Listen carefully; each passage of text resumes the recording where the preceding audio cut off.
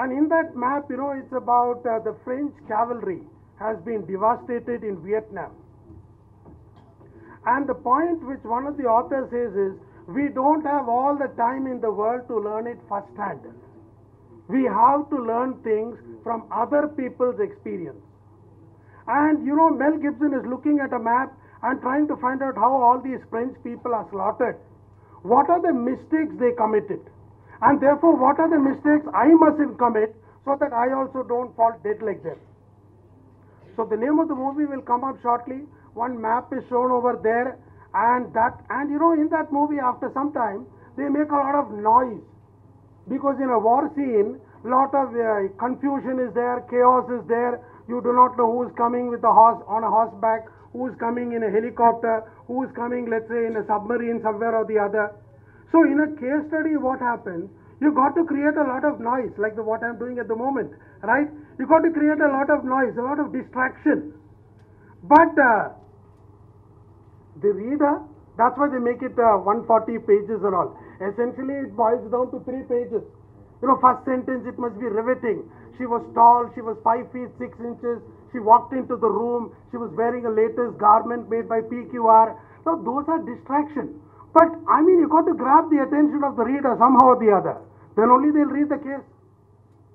But as Dr. Ramana said, you should be able to sift. You must be able to separate the wheat from the chaff. What is relevant, what is irrelevant. And that is what the students are encouraged to do. You have to read those 20 pages or 3 pages or 60 pages, but the meat of it is somewhere in between, the hard print you must see, the fine print.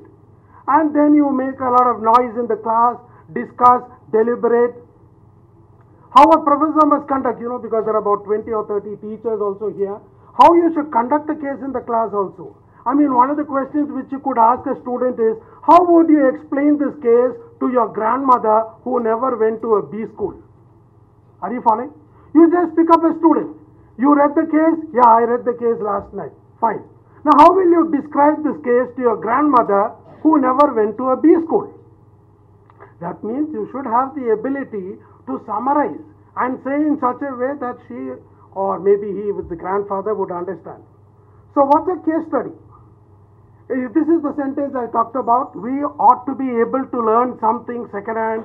There is not enough time for us to make all the mistakes ourselves. Okay?